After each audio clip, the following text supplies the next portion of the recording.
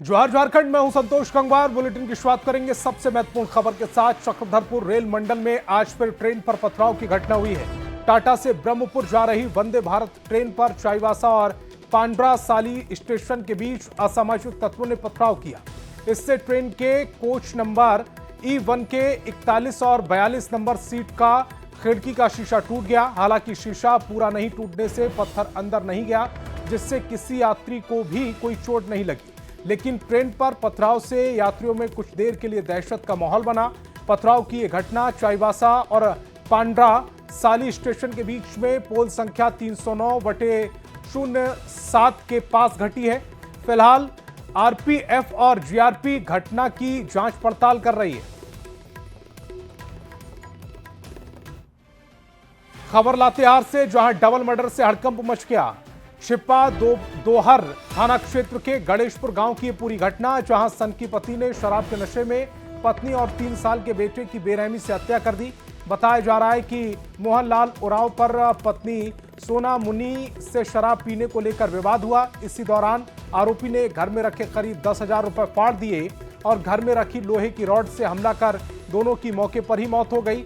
Police ने मामले में कार्रवाई करते हुए आरोपी को महुआ टोली नाला के पास से गिरफ्तार कर लिया और हत्या में इस्तेमाल किए गए हथियार को बरामद कर लिया। और सीएनटी एक्ट का उल्लंघन कर जमीन की खरीद बिक्री मामले में सीबीआई की विशेष अदालत ने झारखंड के पूर्व मंत्री एनोस एक्का समेत 9 आरोपियों को दोषी करार दिया, जबकि एक आरोपी गोवर्धन बैठा साक्ष्य के अभाव में बरी कर दिया गया। सजा पर सुनवाई के लिए 30 अगस्त की तारीख तय की गई है। आरोपों के मुताबिक मंत्री रहते हुए एनोस एक्का ने पद का दुरुपयोग करते हुए फर्जी पत्ते का इस्तेमाल किया और आदिवासी भूमि की अवैध रूप से खरीद फरोख्त की, जिसमें तत्कालीन प्रशासनिक अधिकारी कार्तिक कुमार प्रभात ने उनकी मदद की।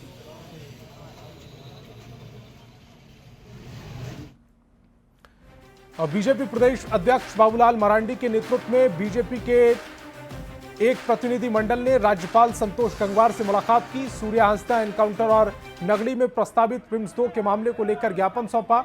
बाबूलाल मरांडी ने कहा, सूर्या हंसदा एनकाउंटर की जांच सीबीआई से होनी चाहिए और दूसरा, नगड़ी में आदिवासियों की खतियानी जमीन पर राज्य सरकार PIMS 2 बनाने को लेकर वहां से आदिवासियों को उजाड़ने की साजिश रच रही है। इस मामले की जानकारी राज्यपाल को दी गई। बीजेपी इन मुद्दे को लेकर आंदोलन की तैयारी में है। हत्या की जांच सीबीआई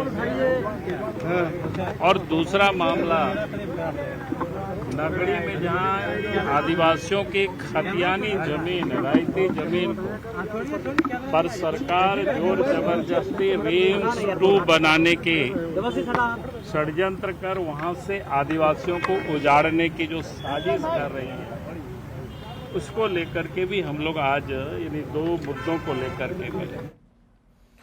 और झारखंड सरकार के कैबिनेट के मंत्री और गोड्डा से आरजेडी विधायक संजय प्रसाद यादव अपने बेटे को बिहार विधानसभा चुनाव लड़ाना चाहते हैं। उन्होंने कहा कि लंदन से पढ़ाई कर लौटे उनके बेटे को जहां से भी मौका मिलेगा वो चुनाव लड़ने को तैयार है। संजय यादव ने दावा किया कि बिहार में इस बार गठबंधन की सरकार बनेगी और तेजस्वी यादव मुख्यमंत्री होंगे। कुछ दिनों से बिहार में भी लगे हुए हैं, डटे हुए हैं। बताया जा रहा है कि अपने पुत्र को भी टिकट दिलाने की कवायद है। हम लोग लंदन पढ़ने तो भेज दिए, लेकिन लंदन में हम रहने के लिए उसको नहीं भेजे थे। लेकिन उसका मन मियाज था, लेकिन बोले बेटा नहीं, तुम वापस आ जाओ, तुम यही अच्छा बिजनेस करो, एक हमारा भी सहारा मिलेगा। तो फिर वो वापस आ गया। और इस बार जो चुनाव में रोल किया, जनता के, नौजवानों के, युवा का, बुजुर्गों का जो आशीर्वाद से नहीं मिला, काफ़ी उस पर एक्टिव हो गया और दिन प्रतिदिन जो उसका काम करने का जो व्यवहार हुआ, तो निश्चित रूप से आजकल सोशल मीडिया का ज़माना है। सोशल मीडिया में काफ़ी लोगों ने उनकी चर्चा करने लगा और शुभकामनाएं भी देने लगा और आगे बढ़ने के लिए भी उसको आशीर्वाद देना शुरू किया। कौन से विधानसभा से प्रयास? सबसे पहले तो हम तेजस्वी यादव को बधाई देते हैं कि इतने कम, हम आपको पता है कि हम एक जिला के महासचिव से यहाँ तक पहुँचे, और तेजस्वी यादव को बधाई इसलिए के देते हैं लालू जी को कि पहला बार उसको युवा में प्रदेश के महासचिव उन्होंने बनाए और अपने टीम में रखे। तो स्वाभाविक है वो पूरे राज्य में घूर घूर करके जो है काम कर रहा है। और जो संदेश है जो लालू जी का जो मैनिफेस्टो है, तेजस्वी जी का मैनिफेस्टो है, उस चीज़ों पे हूबहू कैसे उतरे, कैसे काम करे, वो सारे चीज़ों को वो प्रचार प्रचार कर रहा है। और अभी भागलपुर बांका में काफ़ी एक्टिव है। बाकी काम करने में विश्वास है। नेता का जहाँ मर्जी होगा, अगर लड़ाने का होगा तो जहाँ से लड़ाएगा वो लड़ेगा। और हम इतना ज़रूर कर सकते हैं कि अगर नेता ने उनको टिकट दिया तो जहाँ से भी टिकट देगा वो चुनाव जीतेगा। बिल्कुल, हमारे साथ संजय प्रसाद यादव जी थे, जिन्होंने बताया कि किस तरीके से बिहार की राजनीति में इस बार अगर मौका मिला तो इनके बेटा भी चुनाव लड़ सकते हैं और इसके साथ साथ ही तेजस्वी यादव इस बार सरकार बनाएंगे। कैमरा पर्सन संत के साथ गौरव झा, न्यूज़ 18 रांची। और गरीबों को मिलने वाले अनाज में हेराफेरी का सनसनीखेज मामला धनबाद में सामने आया। बरमसिया स्थित एफसीआई के गोदाम में रात के अंधेरे में बड़े पैमाने पर अनाज की चोरी की जा रही है। चोरी की घटना सीसीटीवी कैमरे में कैद हो गई। इसमें चोर बाइक और स्कूटी से गोदाम की दीवार के जरिए अनाज की बोरी चोरी कर बाहर ले जाते दिख रहे हैं। चोरी के खुलासे के बाद विभाग में हड़कंप है। एफसीआई के मैनेजर ने चोरी की जानकारी मिलने के बाद जांच कराने और दोषियों पर सख्त कार्रवाई का भरोसा दिया। अगर कोई भी ऐसी घटना पाई जाती है तो दोषियों के खिलाफ कार्रवाई की जाएगी और ये बात भी को थोड़ा सेंसिटाइज कर दिया जाएगा, चाहे जहाज हो, चाहे सीसीटीवी कैमरा की निगरानी हो, कि ऐसी कोई घटना ना हो, क्योंकि ऐसा घटना होना संभव होना चाहिए नहीं। लेकिन आप लोगों ने बताया है तो निश्चित रूप से इसकी जांच करा लेते हैं, ताकि अन्न का किसी तरीके से जो भी चीज़ें सप्लाई के लिए जाना है उसका पूरी तरीके से सदुपयोग हो और कोई नुकसान या किसी तरीके की क्षति ना हो पाए। अच्छी बारिश से इस बार पलामू में धान की अच्छी पैदावार हुई, लेकिन यूरिया खाद की किल्लत से पलामू के किसान परेशान हैं। पैक्स के जरिए मिलने वाले सरकारी यूरिया की धड़ल्ले से कालाबाजारी के आरोप लग रहे हैं। किसानों को अधिक दाम पर ब्लैक मार्केट से खाद खरीदना पड़ रहा है। दरअसल प्रशासन की ओर से 2760 मैट्रिक टन यूरिया की डिमांड की गई थी, लेकिन पलामू जिले को केवल 585 मैट्रिक टन खाद ही मिल सका। कालाबाजारी की शिकायत पर कई पैक्स के खिलाफ प्रशासन ने कार्रवाई भी की, लेकिन किल्लत दूर नहीं हो रही है। पलामू प्रमंडल में इस बार अच्छी बारिश होने के कारण धान की अच्छी पैदावार हो रही है, मगर अगर हम बात करें पलामू प्रमंडल के किसानों की, यहाँ के किसान यूरिया खाद के लिए परेशान है। लेस्लीगंज प्रखंड के किसान है और अच्छी खेती बाड़ी के लिए ये प्रखंड जाना जाता है और यहाँ धान की बड़े पैमाने पर पैदावार होती है, मगर यहाँ के किसान इस बार मायूस हैं क्योंकि इन्हें पर्याप्त खाद नहीं मिल पा रहा है, यूरिया खाद नहीं मिल पा रहा है। इस बार परेशानी हो रहा है अभी? खाद का बहुत परेशानी है, खाद नहीं मिल रहा है। जो दुकान में जाएंगे तो बोलेंगे कि खाद नहीं आ रहा है, और फिर खाद लेबो किए तो 500 रुपया बोरी पर लाए। दुकानदार बेच रहा है। फिलहाल तो पैसा से कोई मतलब जिसे बोले 500-700 उसमें भी नहीं मिल रहा है। प्रॉब्लम तो ये है कि बीच में तो था कि बाल्टी लीजिएगा तो खाद मिलेगा मैंने एक्स्ट्रा दाम में, अभी वो भी नहीं है। सारा ब्लॉक में एक टीम भी बनाया हुआ है, तो उम्मीद है कि जो मैसेज सबको जाना चाहिए अभी गया होगा, क्योंकि ये अगर ऐसा कुछ गलत काम कर रहा है और सादा दाम में बेच रहे थे तो उनके ऊपर हम लोग कार्रवाई भी करेंगे, उनका लाइसेंस भी रद्द करेंगे। देखने वाली बात होगी कि कब तक राज्य सरकार और जिला प्रशासन इन किसानों को पर्याप्त खाद मुहैया करा पाएगी। नीलकमल, न्यूज़ 18 पलामू। खबर गुमला से, जहां यूरिया की घोर किल्लत हो गई है। दुकानदार कालाबाजारी कर ऊंची कीमत पर किसानों को यूरिया बेच रहे हैं। इसके विरोध में आज किसानों ने जोरदार प्रदर्शन किया। टावर चौक को किसानों ने जाम कर दिया। अधिकारियों ने भरोसा दिया कि बहुत जल्द जिले में यूरिया की किल्लत दूर कर दी जाएगी।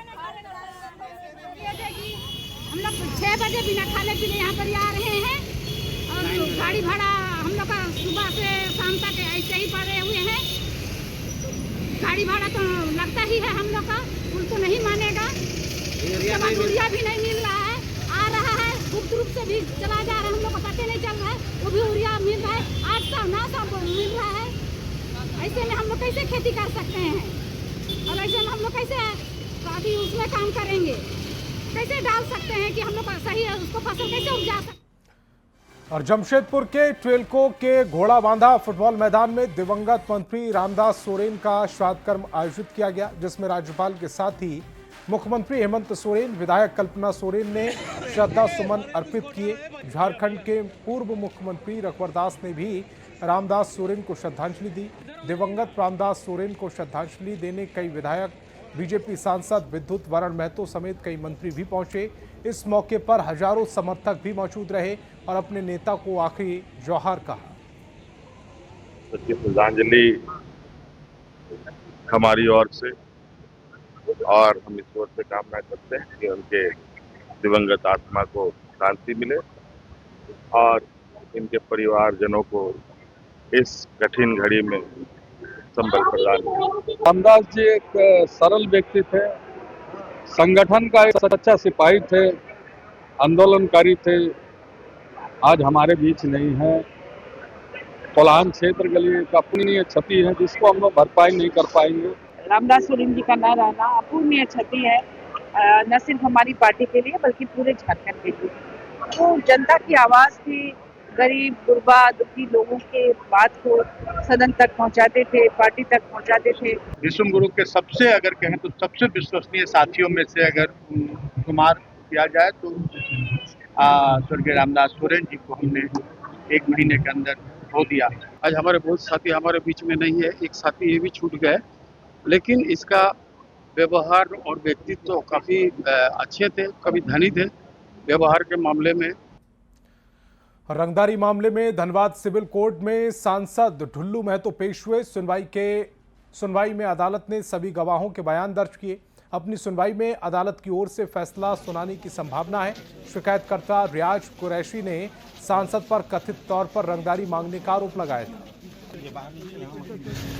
पालन करते हैं। आगे क्या कुछ था मामला सर? पूरा एक विवाद था, केस में फंसाया जाता है। जान रहे थे कि पहले की हमारे सरकार के द्वारा हमारे पर कितना मुकदमा किया गया है। जो अभी बन गए हैं ढुल्लू महतो जी, उनको पूर्व में किसी पद में बने समाज सेवा में अग्रणी भूमिका निभा रहे थे, जिसके कारण बहुत सारे लोगों में ये था कि निश्चित रूप से एक दिन सांसद और मुख्यमंत्री भी बन सकते हैं। उसके लिए कुछ लोग षड्यंत्रकारी लोग पहले से ही लगे हुए थे। कल जजमेंट होगा और हम लोग आश्वस्त हैं कि अच्छा। और प्रधानमंत्री मोदी की मां को कहे गए अपशब्द पर बीजेपी हमलावर है। लोहरदगा थाना में लिखित आवेदन देकर बीजेपी युवा मोर्चा ने कार्यक्रम के आयोजक और गाली देने वाले युवक के खिलाफ कड़ी कार्रवाई की मांग की है। पिछले दिनों दरभंगा की जो कांग्रेस की रैली जो हुई थी, उसमें कांग्रेस के नेता द्वारा हमारे देश के प्रधानमंत्री माननीय आदरणीय नरेंद्र मोदी जी को अभद्र गाली, यहाँ पे बयान नहीं किया जा सकता है वैसे शब्द का चयन करके कांग्रेस के कार्यकर्ता या कांग्रेस के नेता ने उन्होंने हमारे देश के प्रधानमंत्री को अपमानित करने का काम किया है। उसको ही लेके भारतीय जनता युवा मोर्चा लोहरदगा जिला के अध्यक्ष वाल्मीकि साहू के नेतृत्व में थाना में आकर यहाँ पर FIR करने का काम करने आई है। और बोकारो से बड़ी खबर है। बोकारो स्टील प्लांट में फिर हादसा हुआ। हादसे में मजदूर गंभीर रूप से झुलस गए। मजदूर विनय की हालत चिंताजनक है। BGH में भर्ती कराया गया है। ब्लास्ट फर्नेस संख्या 5 में ये पूरा हादसा हुआ है। तो मजदूर विनय की हालत चिंताजनक बताई जा रही है। BGH में उन्हें भर्ती कराया गया है। ब्लास्ट फर्नेस संख्या 5 में ये पूरा हादसा हुआ।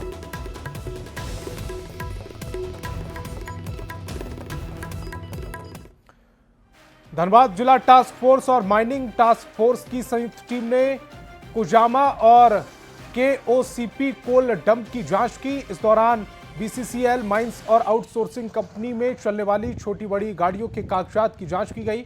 अचानक जिला टास्क फोर्स के पहुंचने पर हड़कंप मच गया।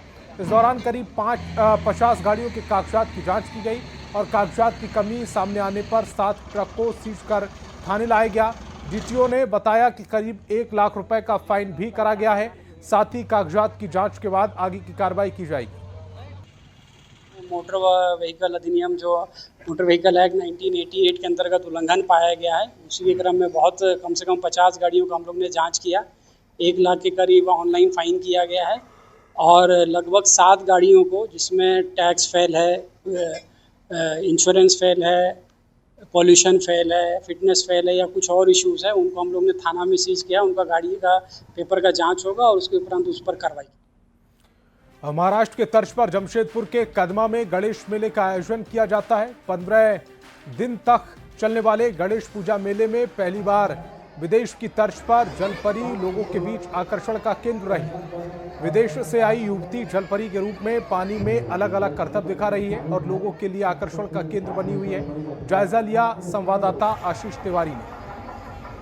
लाहौर नगरी जमशेदपुर शहर में गणेश पूजा में इस बार पहली बार जलपरी मेले में आयोजन किया गया है, जो लोगों के बीच आकर्षण का केंद्र बना हुआ है। तस्वीर आप देख सकते हैं कि इस मेले में जो है वो जलपरी के रूप में एक्वेरियम में देखिए चारों तरफ से जो है वो कांच लगा हुआ है और एक लड़का और एक लड़की जो है वो जलपरी बनकर इसमें किस तरह लोगों को लुभा रहे हैं, लोग इसका आनंद भी ले रहे हैं। देखिए किस तरह यहाँ पर लड़की जो है वो पूरी तरह से जलपरी के रूप में बनी हुई है और यहाँ लोग जो है इसे देख रहे हैं, बच्चे हो बुजुर्ग हो, तमाम लोग जो है वो इस खूबसूरत पल को मोबाइल में भी कैद करते नजर आ रहे हैं। कॉन्सेप्ट बाहर का कॉन्सेप्ट है, फॉरेन का कॉन्सेप्ट है और आपके शहर जमशेदपुर कदमा में गणेश पूजा मेला में ये पहली बार हम लोगों ने लगाया है नया कॉन्सेप्ट, ताकि आप सभी लोग आए और ये देखें कि ये कॉन्सेप्ट कैसा होता है, जलपरी शो कैसा होता है, वो क्या होती है। जलपरी शो ये होता है कि फॉरेन लड़कियां लोग टैंक में परफॉर्म करती है, अपना स्टंट दिखाती है वो सब, और आप उस स्टंट को, उस शो को कैप्चर कर सकते हैं अपने फोन में, वीडियो के थ्रू, फोटोज के थ्रू। कितने लोग हैं इसके अंदर? इन लोग का टीम है 5 लोगों का टीम है, जिससे आप अभी देख सकते हैं कि 2 लोग परफॉर्म कर रहे हैं, मेल और फीमेल है फॉरेन फिलीपींस इंडोनेशिया से, मेल है प्रोफेशनल डाइवर इंडिया के केरला से। क्या बच्चे क्या बड़े सभी लोगों के बीच ये आकर्षण का केंद्र बना हुआ है। लोग जो है इस जलपरी को देखकर यहाँ पर अपने साथ सेल्फी लेते दिख रहे हैं। न्यूज़ 18 के लिए जमशेदपुर से आशीष कुमार तिवारी। तो इस बुलेटिन में फिलहाल इतना ही। आप देखते रहिए न्यूज़ 18 बिहार झारखंड।